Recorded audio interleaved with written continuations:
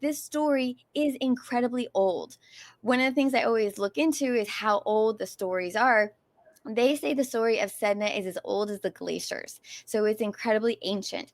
The people, okay, so I was I was really confused because I saw this migration pattern of the Inuit people, and it covered Alaska, Canada, and Greenland. And I said, okay, but at what point did they go to Siberia?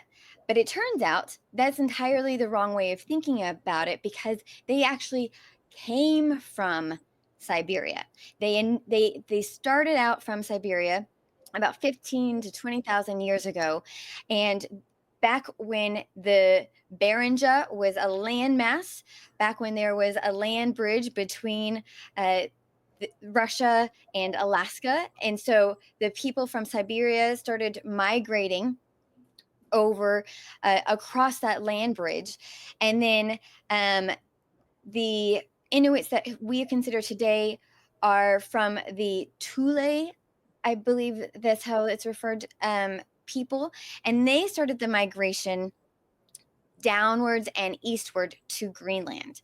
And that was a really interesting look as well, because at this point, when they're doing all this migration, they don't have compasses, they don't have maps, they have oral maps. They're doing this migration using boats that are as small as kayaks. They have these boats that are made from like whale bones and seal skins, and they're reading cloud patterns. They're watching ice flow movements. They're watching animal behaviors and wind directions to do all of this migration from from Alaska through northern Canada to Greenland. And so I found that migration incredibly interesting, and the fact that they still all consider themselves one group is really fascinating to me. Yeah, and the little bit of research I did on that is that there were the Mongolic people were referred to as the Tunit people at one point, and the Inuits actually taught the Tunits, who were much shyer than they were and less evolved. Apparently, they actually taught them a lot of skills to survive, but the Tunit people didn't survive. The Inuits did, and so they did evolve. They went around the Arctic Circle, as you were saying.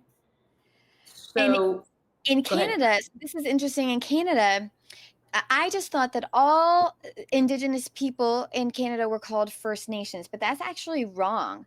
There are three separate Indigenous groups in Canada. There's the First Nations, Metis. I'm not really positive how to say it. I think it might be a French word. And then there's the Inuits, and they're all three different groups. And it's the Inuit, they're considered different because they had different migrations. And so they came over at different periods. The first Americans migrated from Siberia about 24,000 years ago. Then the later migrations, the Inuits, the ancestors of the Thule people, are believed to arrive in North America in separate later migrations from about 1000 CE or AD, depending on what you use.